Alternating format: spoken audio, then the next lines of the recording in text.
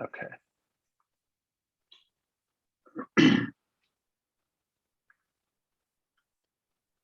Okay, we're recording. All right. Hope everyone's doing well. Here at the Chaplaincy, one of the things that we really value is our development professionally and spiritually. So out of a lot of the offerings that we're trying to offer for our chaplains, there's plenty in education on how to do what you do out in the community and on the street. But sometimes the question is, what do I do inside? And how do I develop spiritually? So one of the things we want to offer is an opportunity for those who would like some kind of experience of spiritual direction or spiritual development to find that within the chaplaincy in what we consider an interfaith environment, but amongst folks who serve in the same kinds of ministry. So to that, we've asked Jill Ewell to lead us in that. So this video is to basically give you an overview of what that might look like participating in this spiritual development. So Jill, I'll turn it over to you. Thank you. So this morning, I'm going to talk a little bit about storytelling as a spiritual practice. Now, we all know that storytelling is a sacred art. We're telling things that have affected us in our life. The stories that we tell are a way of making meaning or making sense of the experiences we've had. And by sharing those, not only as a storyteller, are we allowed to verbalize and say out loud, name what we are experiencing, but we're also witnessed to by the people that are listening to us. Now, I know within the chaplaincy, both with the chaplains and with the survivor care team, we all participate in that. We take a lot of time and energy in learning how to have an active listening presence, a compassionate presence. But this is a way that we're going to look at story in a little bit different way, and it may be different than the actual crisis situation. Spending a little bit more time on looking at somebody's story and helping them maybe learn how to tell it differently and have it more life-giving. So by utilizing the skills that we already have, we can explore ways to help others re-author their stories by challenging them to uncover and expose scripts that may have been limiting to them in the past and expound on those. And with the help of Rich and Doug and Barbara, I'm so thankful that they have agreed to come and share some of their personal stories, keeping in mind that all stories are sacred. I'm very thankful that they are participating in this morning. The exercise that we're going to do today comes from a practice from Diane Millis. She is a spiritual director and a professor, and she has written several books on telling stories. This comes from a book called Recreating a Life, Learning How to Tell Our Most Life-Giving Stories. And in this, she writes, "It is a precious gift to gather with one or more persons who help us increase our awareness of the life-giving aspects of our stories that we otherwise might miss. Those who convey what they noticed in us and in themselves as we told our stories, what they appreciated and learned from the stories we shared, and the questions they wondered about as they listened. In so doing, our companions won't allow us to settle for thin narratives, but they encourage us to continue to listen for the incarnate expression of the holy, whose meaning isn't readily apparent and continues to be revealed over time. They invite us as listeners to consider alternative ways of naming and narrating how mystery is at work in all the stories that we tell." We've all come this morning with a short story to tell. The group will hold a 4-minute window for the storyteller to tell their individual story. After a pause, there will be reflecting. The listeners will reflect back to the storyteller in a 4-minute period as well, what struck them about the story, what caught our attention, what made an impression or made us curious about something said. After hearing these comments from the listener, the storyteller describes what he or she discovered about her own or his own story. And this is a 4-minute period as well.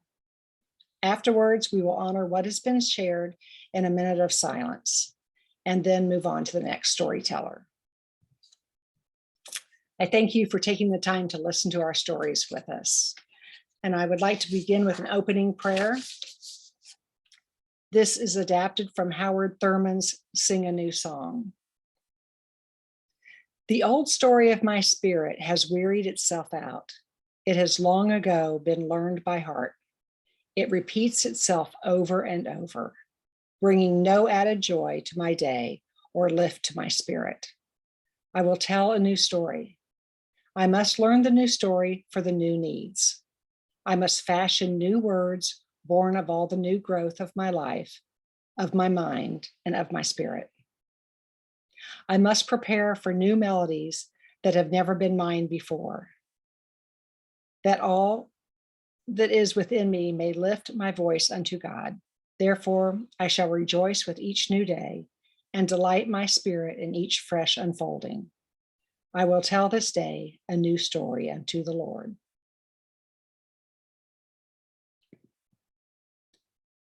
Amen. Okay, I will begin with my story. Let me set my timer.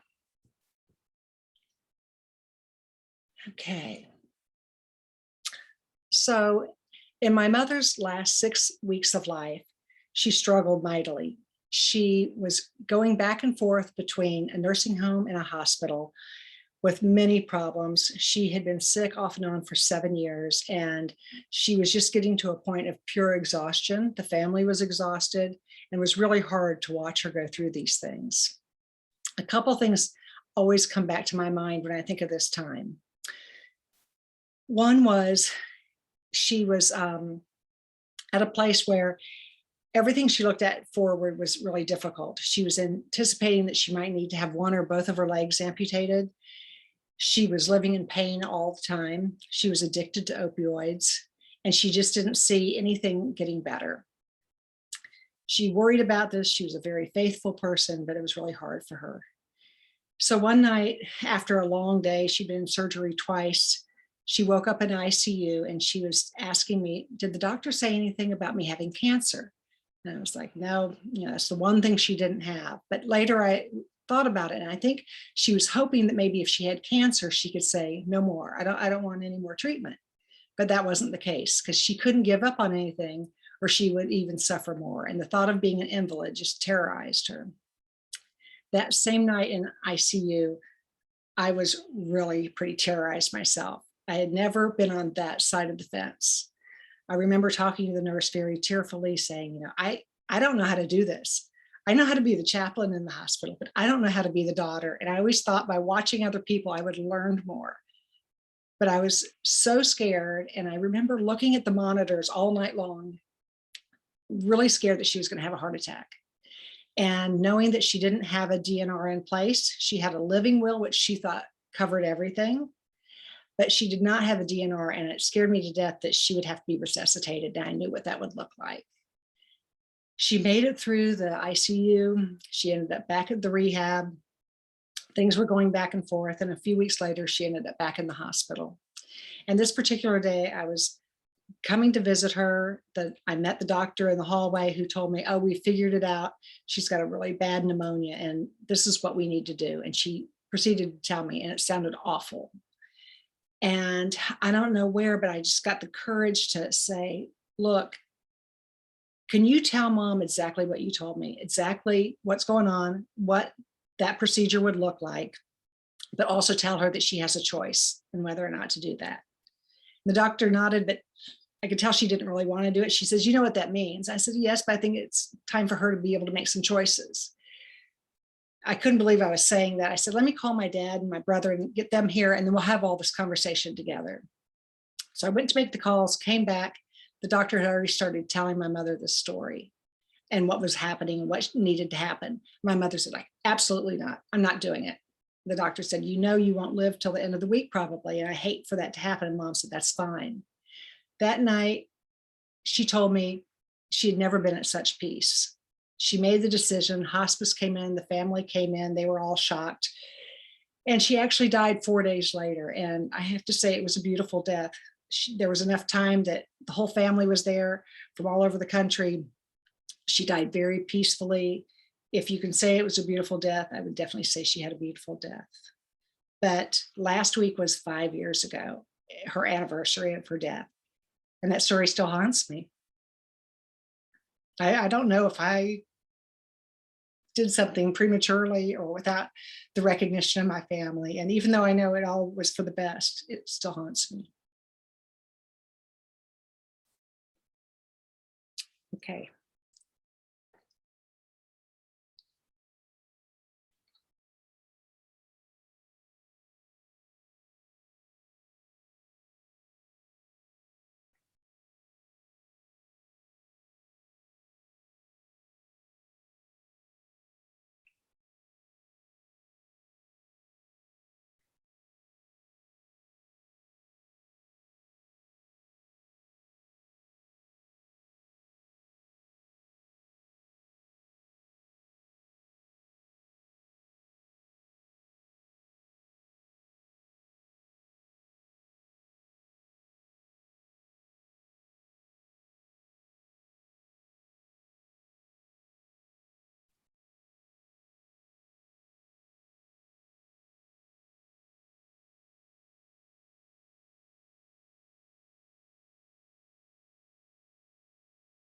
Okay, now we'll go ahead and start y'all's reflections. Let me set the timer again. Okay, 4 minutes.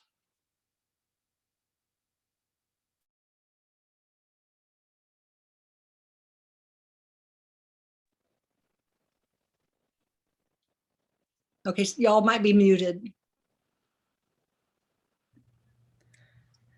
I noticed the energy and the bravery in your voice when you were talking about asking the nurse to tell your mother so that she could make the decision. And then I hear the holy sorrow and questioning in your voice, and appreciated that when you told the second part about, I still think about that.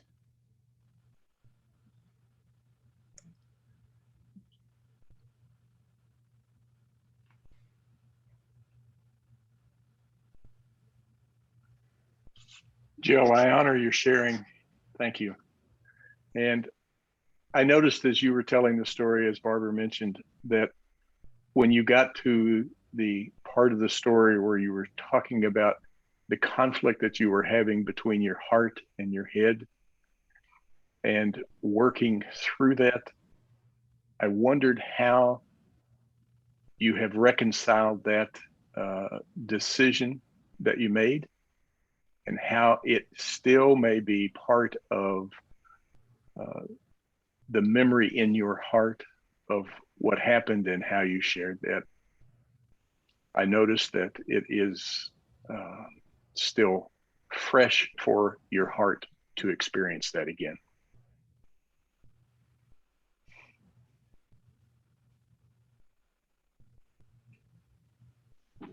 Jill, I noticed this movement between healing and back in the hospital and exhaustion, and sort of the movement between healing and then deterioration and hope. And I noticed that when you were talking about your mom's being able to make her choice, it seemed much lighter. When you talked about your role, it seemed heavier. And I really appreciated just the courage to allow your mom to make the choice completely herself. And I guess I would wonder, in that movement from sort of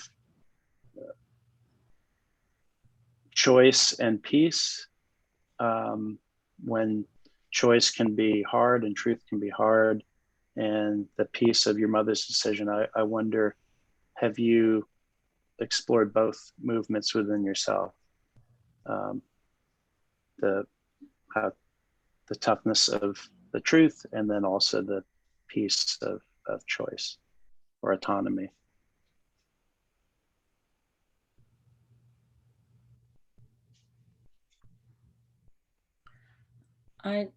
Can we say a second comment? Yeah. I I noticed and was appreciative of how you used your power as an advocate to empower her. So you used your power at the bedside to speak to the doctor and to empower your mother in a way that she could speak for herself because of the permission that you gave verbally and just by your presence. So, Thank you. Okay, that's at our 4 minutes.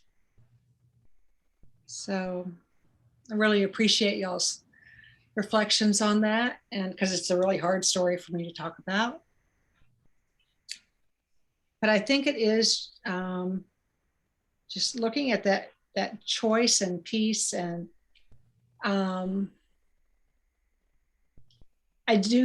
my intention was to be the advocate. And to be able to do that, I think my struggle comes from, I know my mother was very happy with the outcome. I'd never seen her at such peace when she was able to, say, I'm in control now. I'm never going to be an invalid. She had this vision of what it would be like to have no legs, and so for that, I feel really grateful that all this happened. I think the bigger part is when my dad would say, gosh, it happened so fast and she never talked to me about it. And I ran the story by my brother last week, and he was like, oh no, we all did talk about it when hospice came in that afternoon.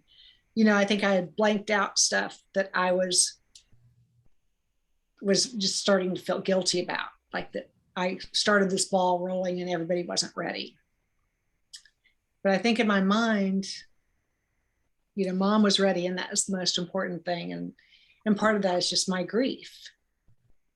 But it helps me to remember, as I look at that sorrow and go back and forth, that the story can continue, and it needs for me to continue with my father and my brother. And that, I think that allows healing too, because it's kind of like the initial elephant in the room that we didn't talk about, that mom was never going to get better and she was just getting worse and worse. And the elephant in the room is how it happened. So I think I've carried that around, and I don't think other people were thinking about that the same way. So thank you for allowing me to share that one more time.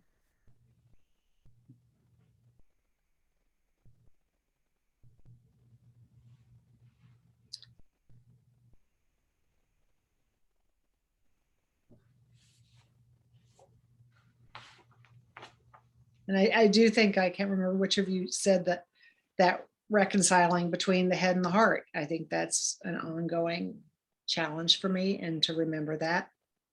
I'm a 7 on the Enneagram, and I stay in my head a lot. But when I think back to this situation, my heart was saying that I was in the right place and my intentions were right. I think it was a little unnerving to me when the doctor was hesitant. But I also have to know that her job is to keep people alive. And maybe the ultimate healing for mother was to let her go.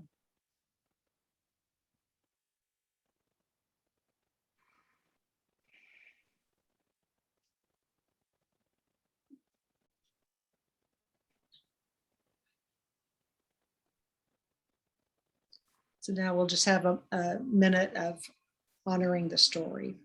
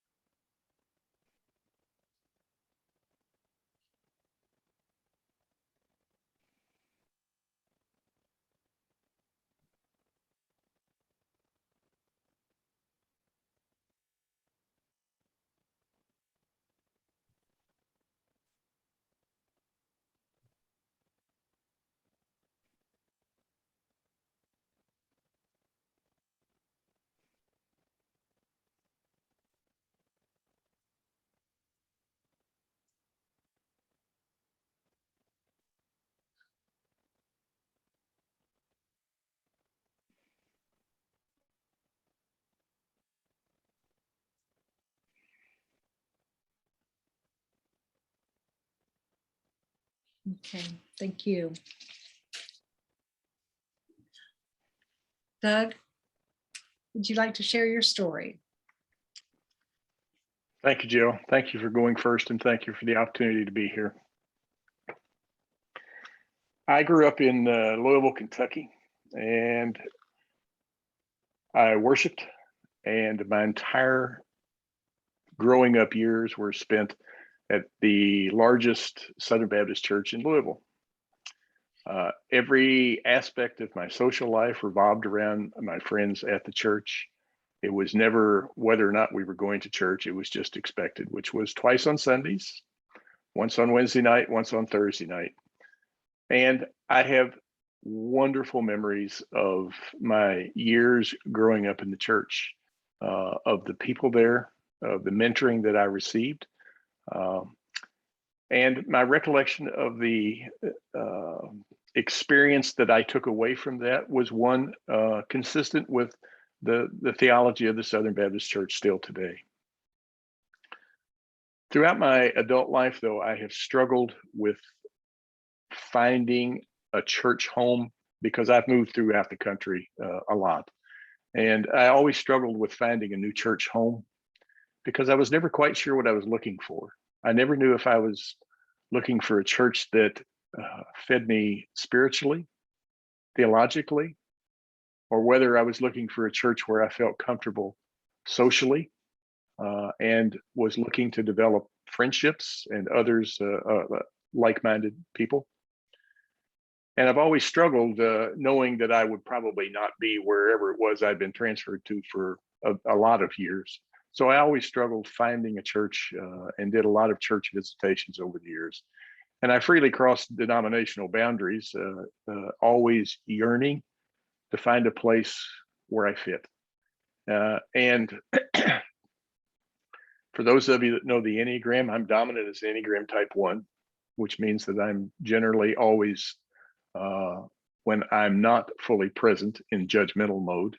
So judgment for me was always a checklist when I walked through the door, and it began before I even got to the door with every church that I visited. So to make a long story very short, my search for connection, being church-centered, was very difficult for me. Several years ago, when I became involved with the Enneagram Prison Project and went through their training to become a guide, one of the things they had us do was write a biography, and they asked us to start from the very earliest childhood memory we had and to write about those issues that we still remembered that had a massive impact on us as a young child. And I gave a lot of thought to that. And one of the most impactful memories that I have is at about age 4 or 5. And it was a Wednesday evening church service, and I had gone with my grandmother. I don't know why my mother wasn't there, but my grandmother took me to church. My grandmother was very devout, was always there, taught, active in the church. And after the Wednesday evening service, they went into business meeting session. The pastor had something he wanted to present for the congregation to consider and vote upon. And I remember my grandmother standing to say something during the service. And when she did, the pastor looked at her and said, addressed my grandmother by name and said, "You are well aware that women are not allowed to speak in business meetings. I'm going to ask you to please be seated." She said, "I have something to say." He said, "If you continue, I'll ask the deacons to remove you." And she said, "Well, you might as well call them." So the next thing I noticed, a young kid, there's 2 deacons standing at the end of the row, and my grandmother almost jerked my arm out of the socket as she pulled me up out of the pew, and out the church we went. And when I went back and looked at that through the lens of my Enneagram type, I realized that much of my searching and perfection is tied directly to that memory.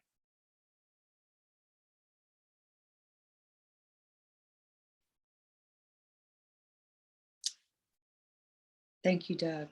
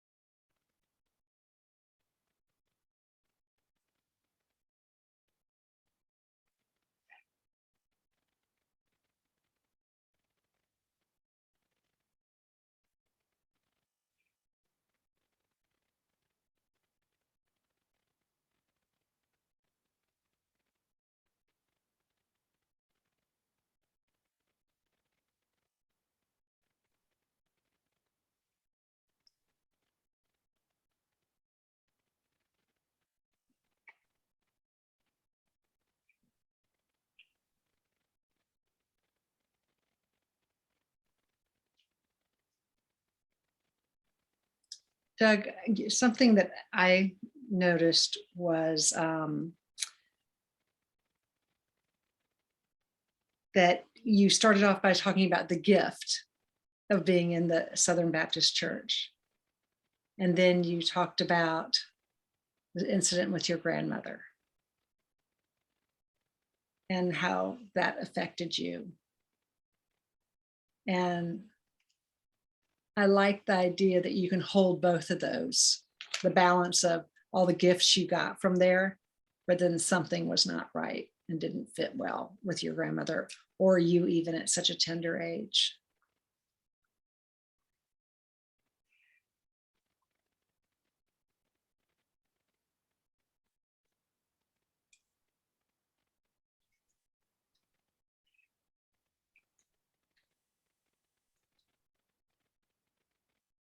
I think also, I really appreciate that you could identify and use the word yearning.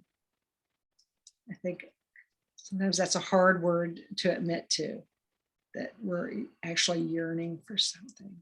I really appreciate.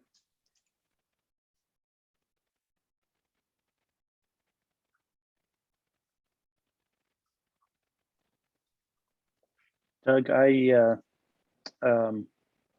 really appreciated, regardless of your moves and having to live in different locations and your experiences, just your continued intentionality of trying to connect and trying to find a place. One thing I wonder, I had this image as you were talking of them sort of your grandmother jerking your arm and someone obviously trying to pull her.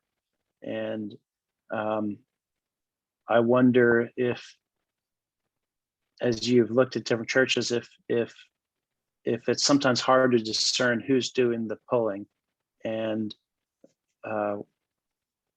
which of the pulling is yours, as we try and are in these different settings that pull at us. But what is Doug's pulling?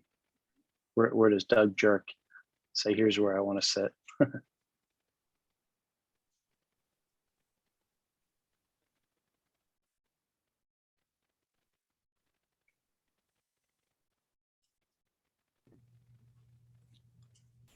Doug, I loved that story. And I noticed, or actually I wondered, like, what effect did that have on you? Your grandmother's pulling you out of a system that had very clear doctrinal and all other kinds of rules. And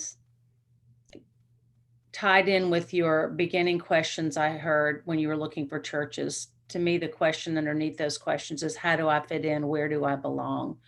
And so the second part of your story has the strong female figure basically pulling you out of a system and modeling for you a way to question a system. So I wonder, through that story that was so powerful to you at age 4 or 5, how you're invited to live that out in other systems that you're engaged in.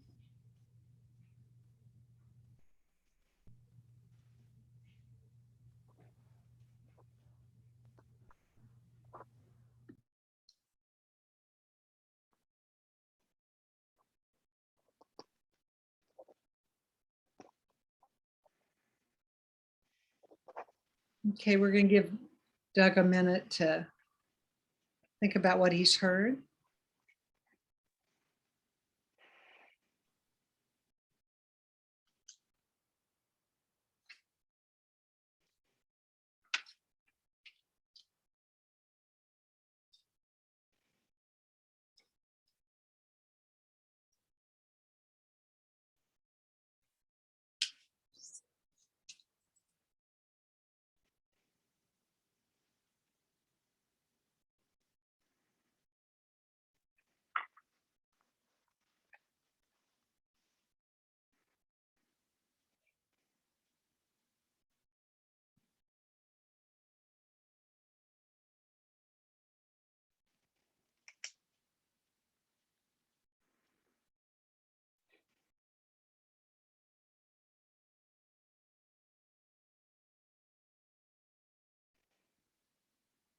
Doug, would you like to say something?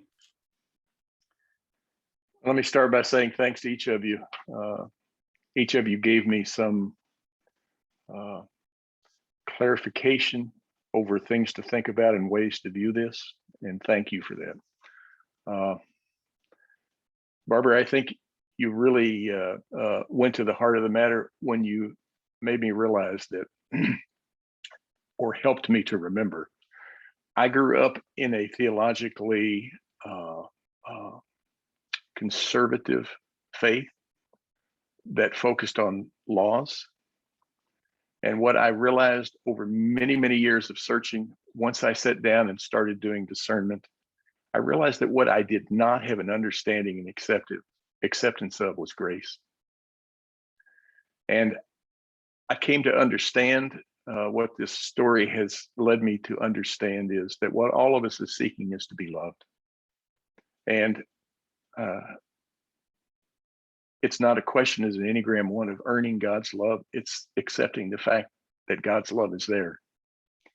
And for me to have the self-awareness to accept myself for who I am today necessitates that I accept myself who I've been on the journey to get to where I am. And that's the difficult part, I think, especially for an Enneagram 1, to accept that we have been less than perfect. We have been less than. But you know that you're doing better when we arrive at the point where we recognize that that imperfection is God's perfection, allowing each of us to change and grow and to return back to who God made us to be. So do I think that this journey has helped me put in context this yearning for love and the application of law? Yes. Is that why it appeals to me to teach the Enneagram to those incarcerated people who are yearning to understand themselves? I know that that is a fact.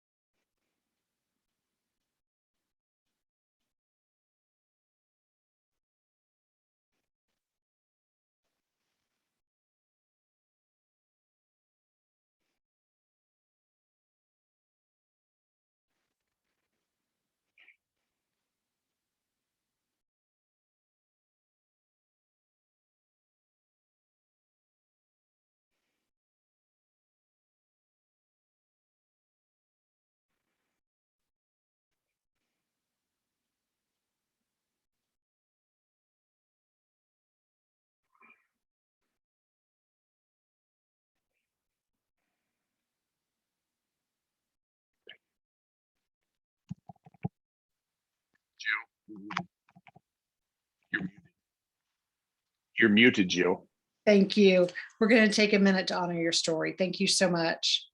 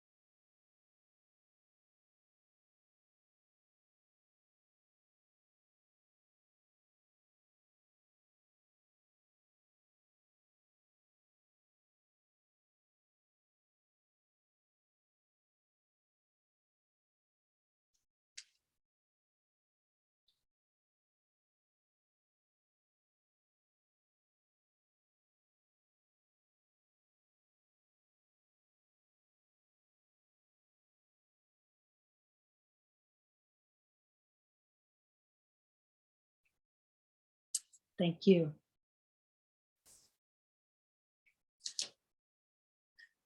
Barbara, would you like to go next? I will go next. My story, I want to tell the story about how I came to Coastal Crisis, and it feels like a larger story than the incident of coming to Coastal Crisis. And it also feels to me like a story that where I'm in the middle of it, not because I'm the character telling the story, but in terms of time, like past, present, and future. Um, it feels like it's still unfolding. So our Sunday school class, before George Floyd was murdered, our Sunday school class had been doing, or maybe because of that, but before and after, we were doing a lot of work around racism on Zoom, because it was during the pandemic. And so I had read Stamp from the Beginning, and our Sunday school had read together or watched the film You Are Not My Negro. And so I was feeling unsettled in a way that also felt like it had a call to it. And the words I heard around that time were more visible and more vocal. And so then I was at our house at the beach, and I knew that that day there was going to be a march, peaceful protest march on the Arthur Ravenel Bridge. So, and I didn't know anything about Coastal other than I'd heard about them maybe a couple of years ago. So I went to this march. I didn't tell my husband. He was still in Atlanta. I knew he would worry for me. So I made my sign. I went on the march, sort of staying in the background. I needed to throw my water bottle away. So I walk across this part of the park under the bridge, and I see about 5 blue shirts. And I wonder who those people are. They're like a group. And one of them turned slightly, and I saw the word chaplain on the back. And I thought, those are my people. So I walked up to them, and it was Rich and Scarlett and Amaris and Patty and Chappie and one person who I still don't know who that is. But I introduced myself. I said, "You're my people. You don't know me and I don't know you, but you're my people." And we had a brief conversation and took a picture. And I remembered, like, Rich was the most quiet and offered to take the picture. But there was something about that I had some sense of that he was the leader, but now I know why that is, but I didn't know it at the time. But anyway, one thing led to another. I got in touch with Rich after I had sort of asked around about if the organization was healthy or not and what the leadership was like from some people I knew in Charleston. And got in touch with Rich and went through the credentialing process. And the reason this story feels so important to me is it feels like there were so many synchronicities about just that I chose to go on that march. Then I ran into them. And then it turned out Scarlett knew. I was an airport chaplain at the Atlanta airport for 6.5 years. And one of the colleagues there was ordained with Scarlett in her Presbyterian ministry. So it just felt like a lot of, I call them God winks, were happening. And once I got into that chaplaincy, it opened up so much for me in terms of risk and humility and how those are connected. And like, I had considered myself a pretty seasoned chaplain, but I'd only been at the airport and hospitals, but I thought I knew what I was doing. And Rich has heard me say this before. You know, I got to my first homicide scene, and then shortly after that, my first suicide. And it's such a different way of being. So there were no institutional boundaries, you know, in the field or on the street or in the dark trailer, to help hold me in a way where I could run to someone else and say, "Do you have a prayer for this?" or "Do y'all have a good prayer for that?" I mean, it helped me realize my inabilities, my insecurities, all of my ways of not feeling adequate. And that in turn was the gift, because I realized my total dependence was on God and watching and listening and learning, but a different kind of humility and a learning curve that felt very inviting. And another way to connect with humanity, um, the dark parts of our humanity, to see a homicide victim, or to see a young man who was not able to live into life and love, and parents fighting over a body, yelling at each other over their son's body with a blame game. So just these parts of humanity that didn't feel like I had seen before in that way. And to wonder about how God holds all of that. So it just feels like this one decision to walk over a bridge actually was a bridge into a new way of being and living and learning. And that continues on with the next challenge for me at Coastal, is we're encouraged to do ride-alongs to develop our relationships with the first responders. And I'm afraid of that. I'm afraid of the risk involved. And so wondering where God is in that for me, like, I'm hoping to live to see grandchildren someday. And that question's there with, well, I'm sure all these people I'm showing up for as a first responder crisis chaplain were thinking things were going to be different too. And I want to be more involved in the ministry and be more present with the first responders and develop the relationship. So a lot of discernment around that, and in touch with my own fear about that, and my fear for safety, my fear for all the things which in a way will join me with the first responders as a way to be with them. So I just have a lot of questions, and this ministry has felt like it's just put sort of a big crack in major parts of my life, like how the world works, how humanity works, how do we engage in risk and good trouble, as John Lewis would say. How do I come back to Charleston in a way that's different? I grew up there, I left, and I'm a different person than I was when I lived there earlier. Downtown, a block or two from the old slave mart, and didn't know what that was other than a place where the tourists went. So some shame and growth and gratitude around that. So the story feels like a really big and important story to me, and also one that when I look back, I can see that I felt led into that. And so the bridge is a symbol for me for that, a bridge to growth and to God. And I'm grateful. And, as I said, it feels like I'm still in the middle of the story. And so here we are, almost a year later on a Zoom call talking about stories. And so this feels like I don't know the end yet. Thank you. Thank you.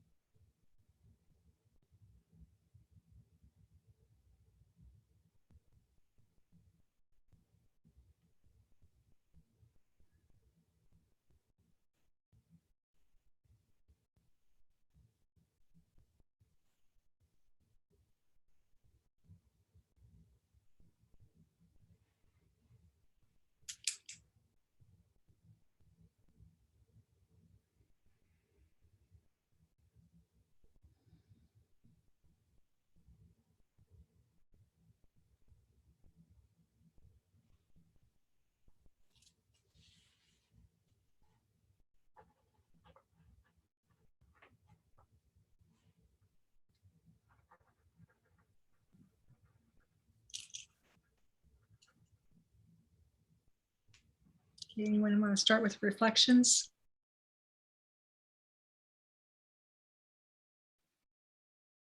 Thank you, Barbara.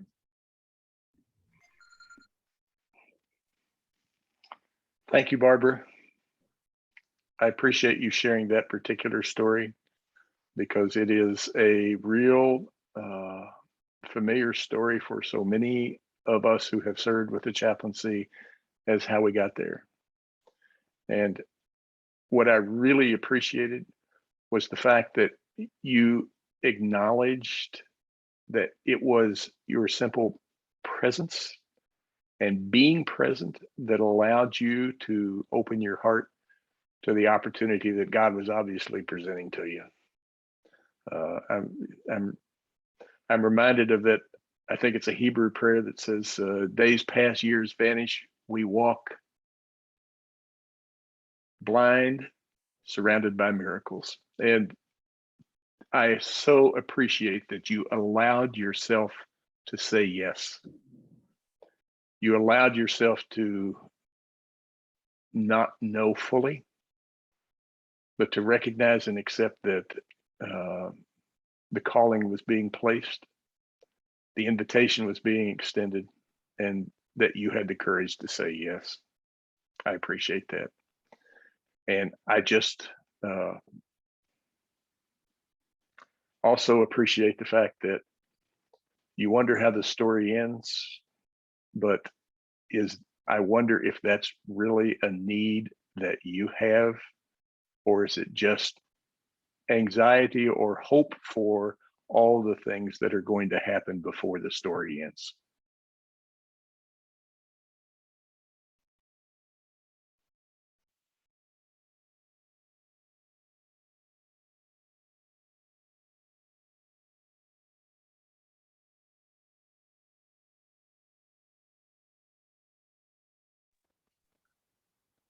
Barbara, I noticed the context of growing up here and then being away and then returning, and the sense of things being different or seeing them in a new light. And I really appreciated this growing sense that you've allowed God to stir up this unsettled kind of place where some of the old answers don't fit the new problems, kind of thing. And just your openness to see all those God winks. And I really appreciate the fact that some of those securities in this new setting became insecurities, and sometimes those splinters fit down into the cracks, like you said, the nooks and crannies. Sometimes when we're all put together, we might not fit there. And I really appreciate your willingness to feel the risk, to feel the insecurity, to feel that, so that God can use you in a deeper way and fit you into deeper nooks and crannies. So I guess I just wonder what wonderful and beautiful things God will do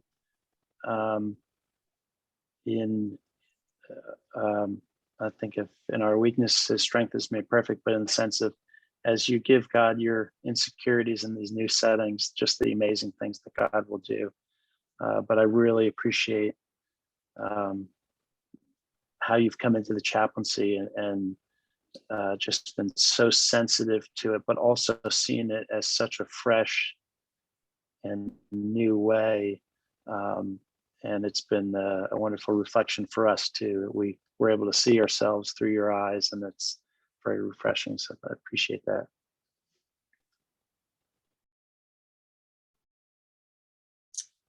Barbara, thank you so much for your story. And I think, when you started off at talking about there's a larger story.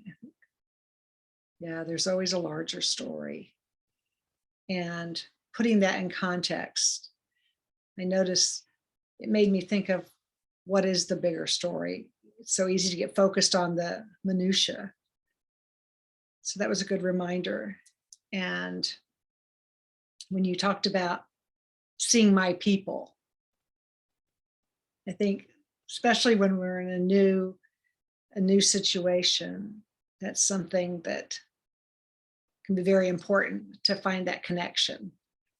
And I wonder if that helped you realize, yes, there's a reason why I wanted to come here, other than just to be part of the protest, but this felt like a validation to me. I liked that you pointed out that in his quietness, you could see that Rich was a leader. I think so often it's the opposite, and that's not always good. So I appreciated that. And again, what just kept coming up for me was, in our weakness is our strength. And when you close your eyes when you're talking, or when you look up, I can tell, or I assume that you're replaying that's still so clear for you. And I think, especially when we're called into a ministry, being able to always remember what that call felt like and that encouragement. And I hope that you can keep that. So thank you so much. Thank you. We'll just settle for a minute or so and let Barbara collect her thoughts again.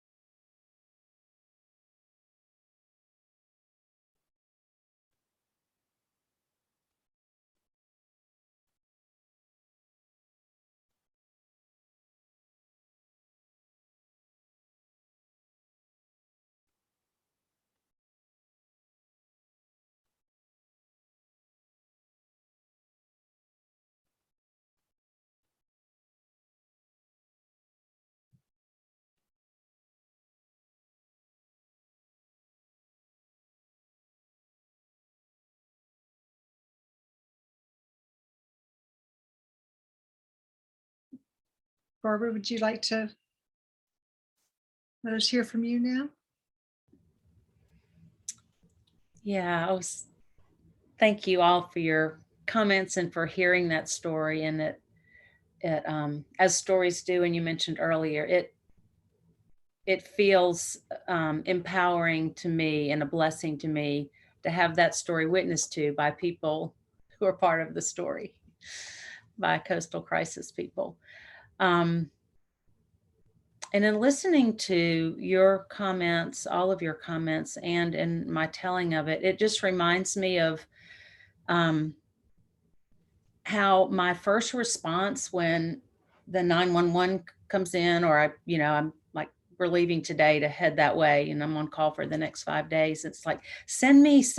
And then I get the call, or the 3-word description of the call. And I think, what was I thinking?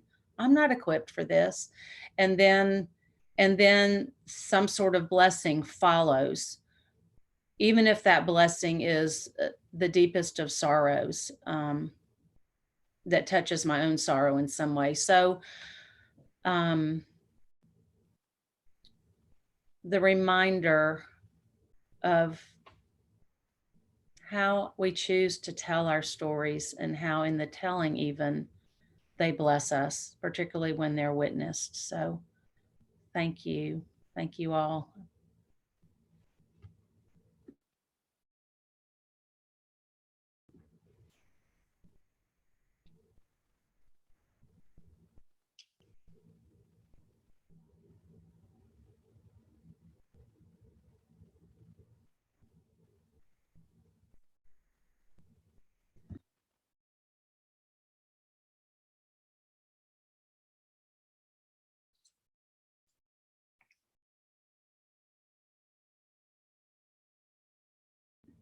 I had one more thought. I had an image about shadow and light, and how this story feels like being called out of the shadows when I heard those voices in my head that I think were from God, more vocal and more visible. And then so to come out into the light, but then that often takes me back into shadow or doubt, which brings me back into faith and light. So this rhythm of invitation to trust God's walk, whether it's in darkness or light, that the whole thing is the same story. It's a good reminder for me. Thank you.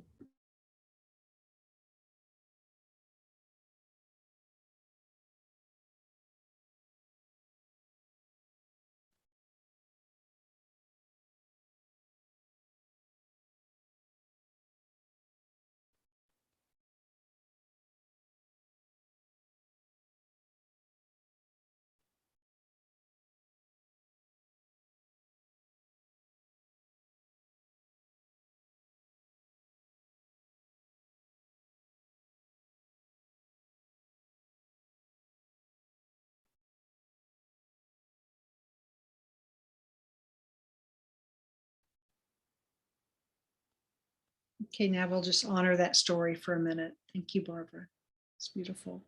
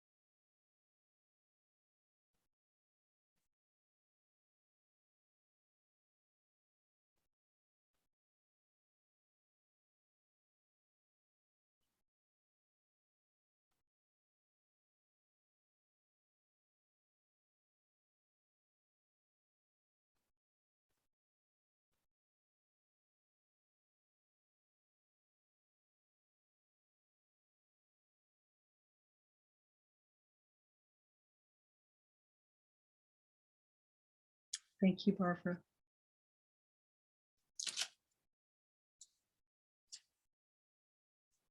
Rich, are you there?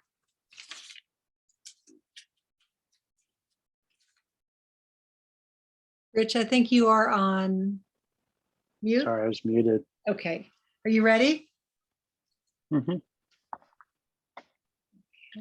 I think thought I might share about an experience that I had with my mother. So she was towards the end of her days and had Alzheimer's and wasn't really remembering much and had become much like a child, which for me was actually a hidden gift. And I was learning to enjoy it and trust it.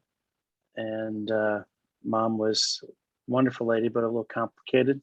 And it was nice to have a much more pure, simple interaction with her.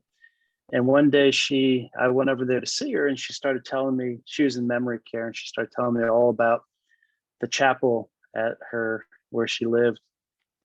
And she wanted me to take her there. So I put her on the wheelchair and I'm walking her outside, trying to be present to the moment, but being inwardly anxious and suspicious of where this was all going.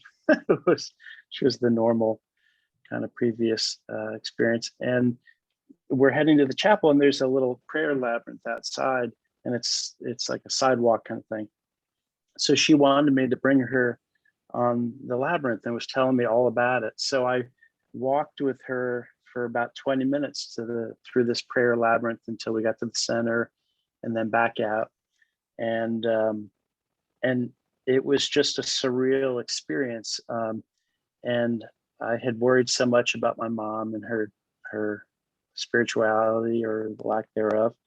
And both of us were just being very present in this experience. And I remember just overwhelmingly knowing that God was present in that moment. And we finally finished and we went inside to the chapel and we just sat there, and she was looking at some of the artwork and commenting on it and just sitting there. And it was like sitting with another person in a spiritual space. And I had never experienced that with my mom.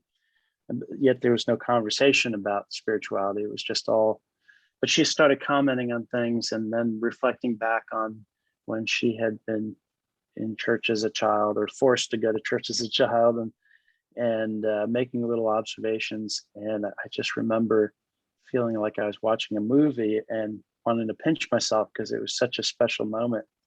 And we were there for maybe about a half an hour, and much of it just sitting in silence together, appreciating the sacred space.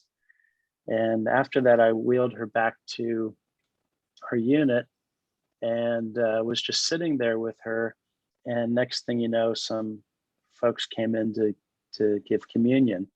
And I remember thinking, I could really use that in this moment, because it was like that I couldn't ask for anything more sacred than to then have the Eucharist after that experience with my mom. But I was also mindful of the fact that she had sort of identified herself as agnostic or atheist most of her life. And I didn't want her to feel uncomfortable. So I thought, well, I'll take communion quietly and I'm sure she'll wave them off like usual. And they come over to me and serve me communion, and it was very powerful. And then I'm just nodding my head, praying, trying not to draw any attention to my mom, waving them off and saying, no, thank you. And as I hear this noise and I look over and she's taking communion from them and didn't comment on it, didn't, nothing. And then we just sat together in that moment. And I remember it was the kind of moment that words would have messed it up, but it was a very sacred moment for which I'm very thankful.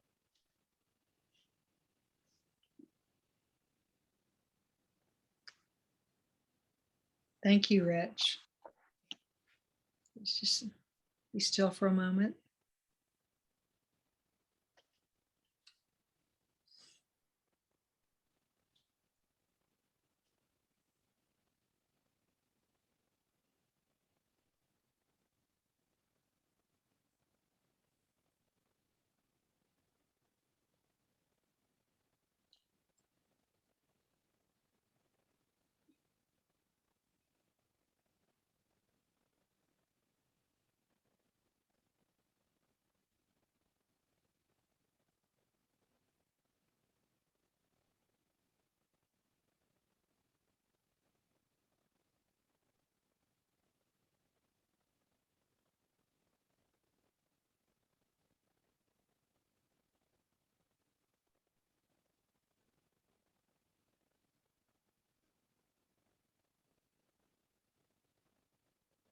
Okay, we'll take 4 minutes to give some of our reflections.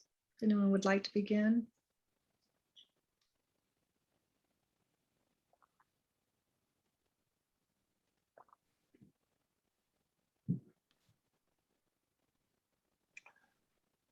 This is hard for me, Rich.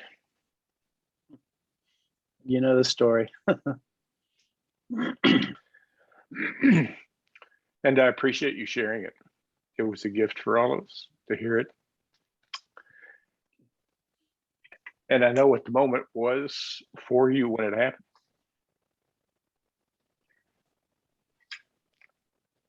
And I wonder how much you struggle with not having had that moment with your dad. Thank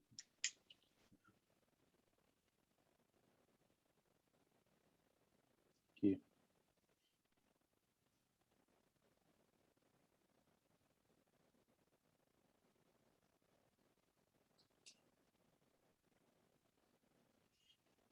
Rich, I think something that really kind of struck me was picturing you all at the labyrinth. And I wasn't sure if, I know you said she was in a wheelchair at one point, but I thought you said maybe you were walking. But either way, the idea of following a path when we can't see clearly where we're going, which is so much of life, even though we fight that so much. But that was just a beautiful image of thinking of you two standing at a labyrinth, and that my mother wouldn't have even understood what a labyrinth was, and that in that state your mother did and wanted to go there maybe for some reason. But I think I also noticed that when you talked about the hidden gift and the pure and simple, as much as I think many of us fear the ever being in that state of mind, having Alzheimer's, there is a gift in that we can forget some of the things that really troubled us in life. And we can forget who we said we were. And so maybe you were seeing some purity there that you hadn't been able to see before because she'd hidden it from herself. I don't know. It was something that kind of made me think that. I don't know, but I just am thankful for that story and thankful for your mother that she had you and that you knew how to be with her in a quiet way and follow her lead during that time. So thank you so much for sharing that. Thank you.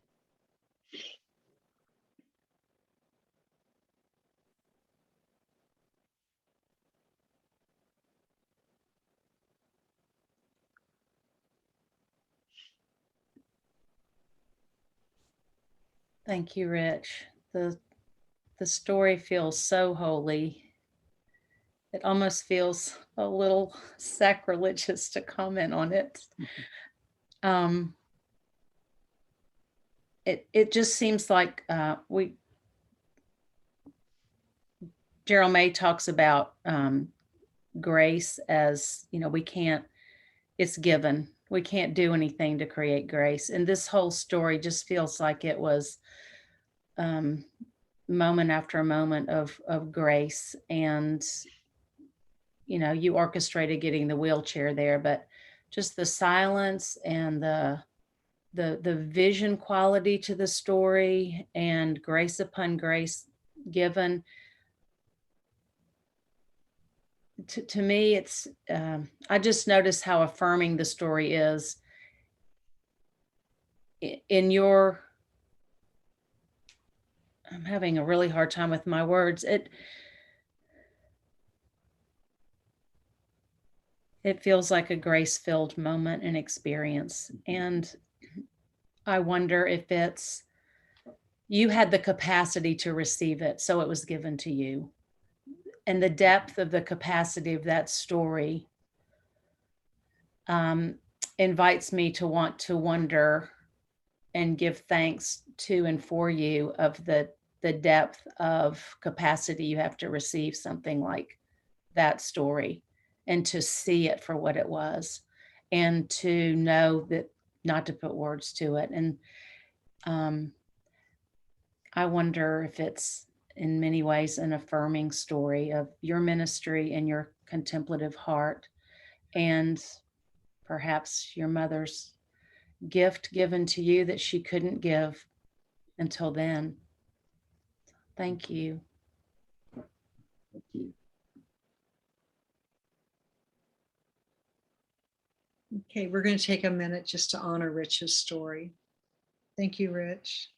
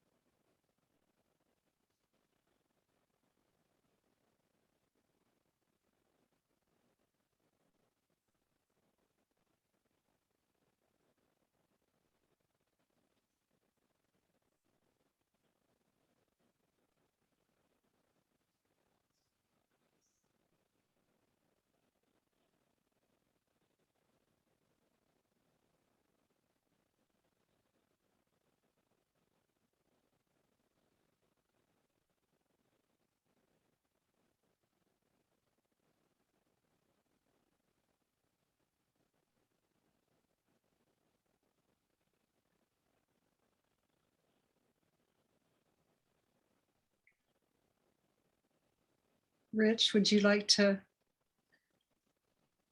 comment? Yeah. Thank you so much. Doug, I'll just say your tears and choking up spoke volumes, because Doug's been in my ear many times. And I remember I did take my dad and my mom and dad to Mepkin once, and I remember my dad being just overwhelmed and not knowing how to articulate what he was feeling and experiencing. And he talked about it for weeks after that, every time I saw him. And Barbara, like you were saying, the sense of grace and the gift of God in that experience, it really spoke, because I was really fighting to just be present in the moment with my mother, as opposed to following my usual emotional programs for that relationship and navigating the complexities of it. And I was trying to just be present and receive.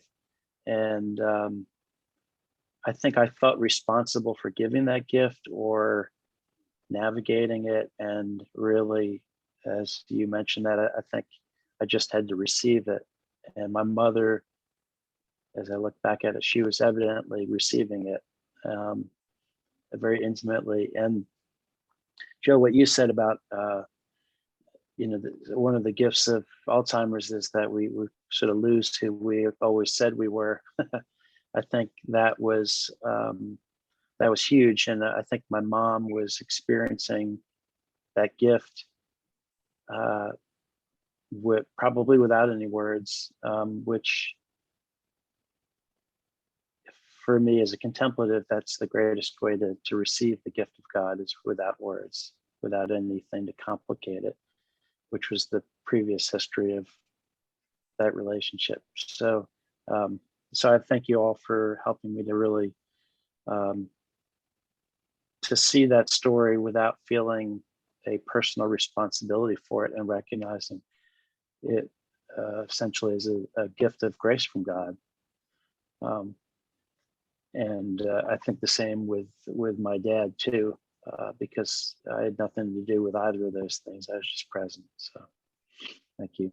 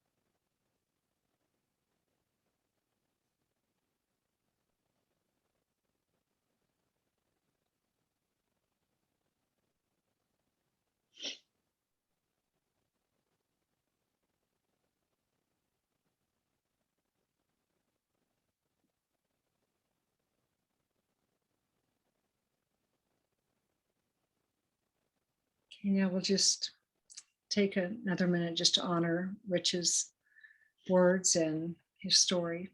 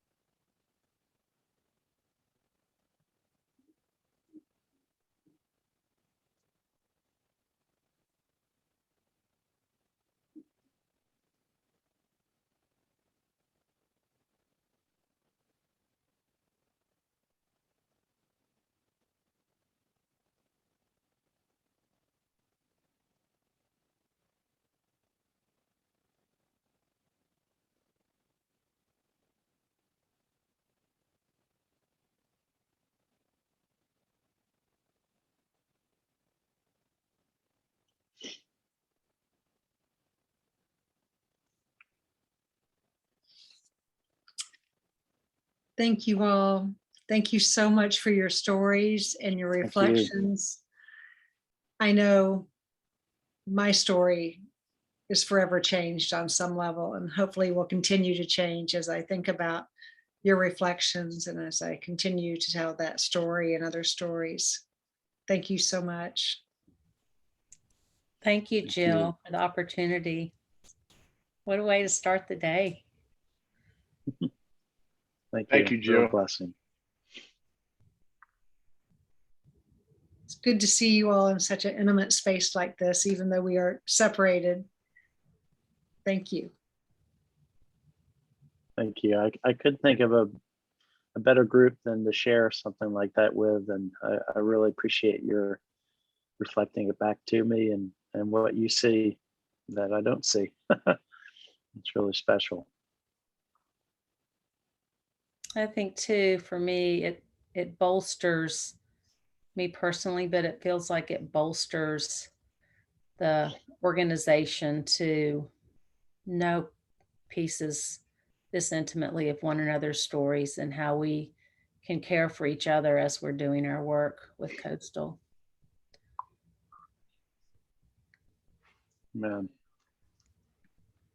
Jill, are we allowed any closing reflections at all, What, or anything? I didn't know if we had anything no, next, this was, I or- think, I feel like we've gone over the time that I had asked you all to block off, so I don't want to take it any longer, but if anyone wants to say anything or during the recording or not, whatever fits for you all. I feel there are a few things that just really stood out to me that I just want to say if I can, and I might have said them, but I don't know if I did. And I just feel like I want to speak to them. But Jill, from your story, I really appreciate your courage to advocate for the truth of your mother at your own expense or at your own discomfort. And that just really, it's just remarkable. And it really stood out to me.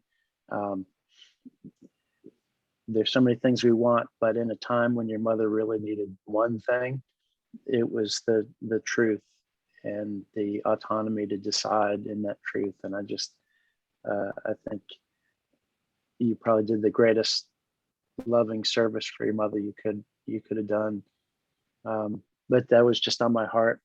And to everyone else, what kept coming to mind is that sense of we seek perfection a lot in our ministry or our understandings or whatever, and in the end, it's purpose. Purpose allows mistakes and weakness, so God's strength can be made perfect and all that kind of stuff. But a lot of times, what comes to mind in that is a lot of times we want to be completed, we want to be perfect, we want to be knowledgeable, but I feel like it's better to be consecrated, that it's not about being complete, but being consecrated, that it's about allowing God to use us in whatever broken or fragmentedness or splinters or perfection at times. But it just stood out as something that sort of came up a few times in what we're talking about. I just want to get off my heart. Thank you. But thank you all for being examples of consecrated souls.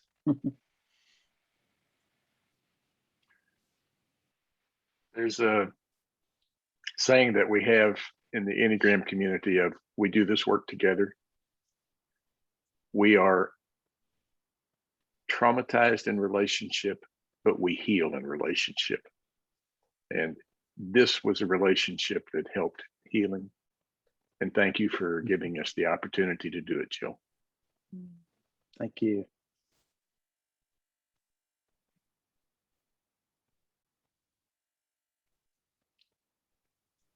So Jill, can I ask what would be the next steps for this? What do you think for?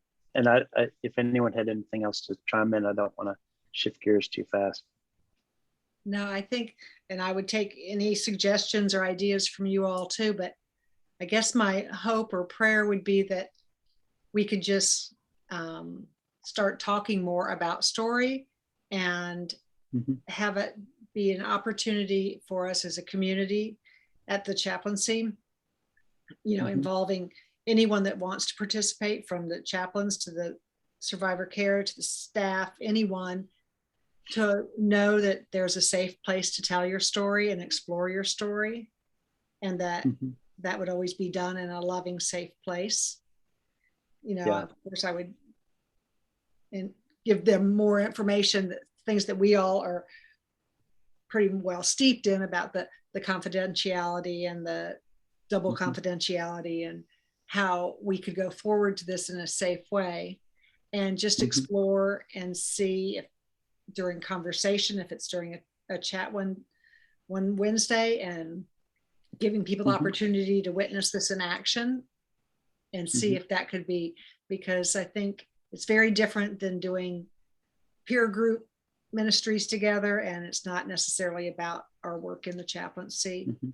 and it doesn't have to be a work Yeah. about ministry even, but finding God in the everyday story and helping us Yeah. maybe reauthor our own stories and expand on those with a new, Mhm. wider lens that might be more helpful and more life-giving and filled with God's love. Yeah. I love Do you that. think, Go sorry, ahead. go ahead, Barbara. Yeah. I I think it's wonderful to have a model. So you've got it written down on paper, and then this will offer like a model. I think many people don't know how to tell their stories in ways that feel safe to them, so that won't get co-opted or fixed. This is a good model of accompanying one another and blessing and bearing witness to without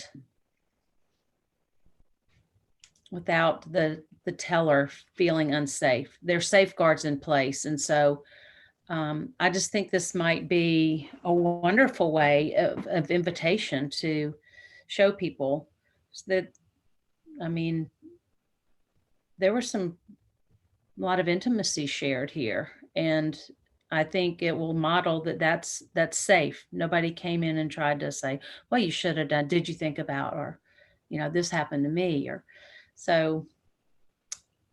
I think it's wonderful that you are offering this as a place and a way to be that's safe. Mhm.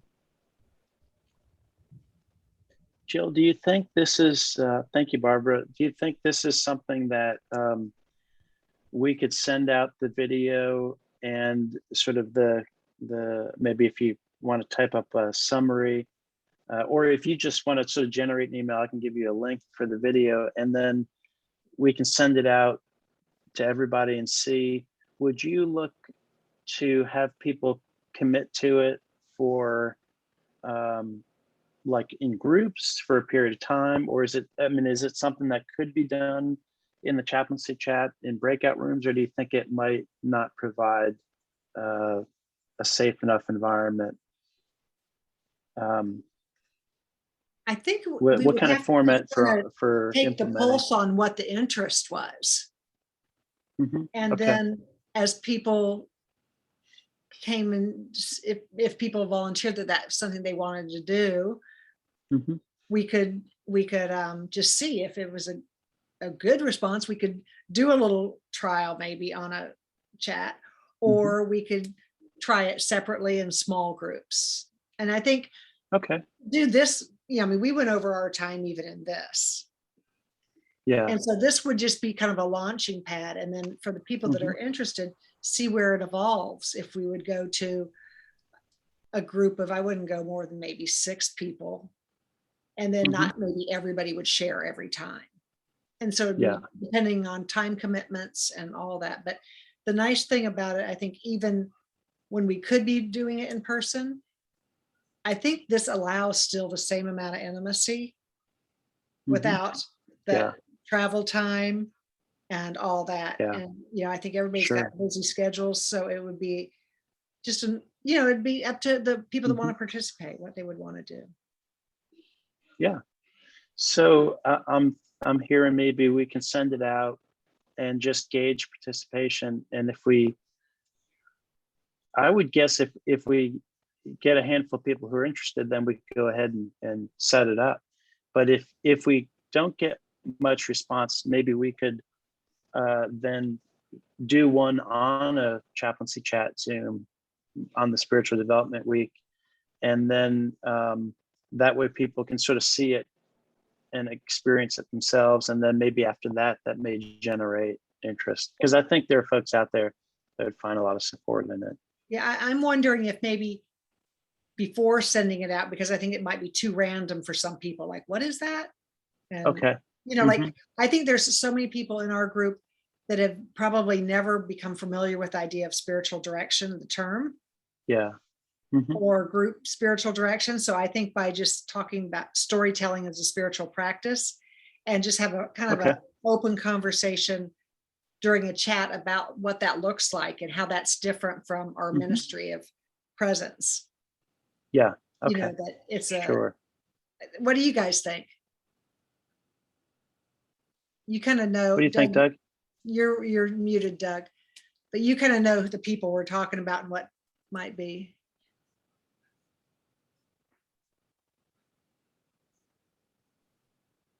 I think you could probably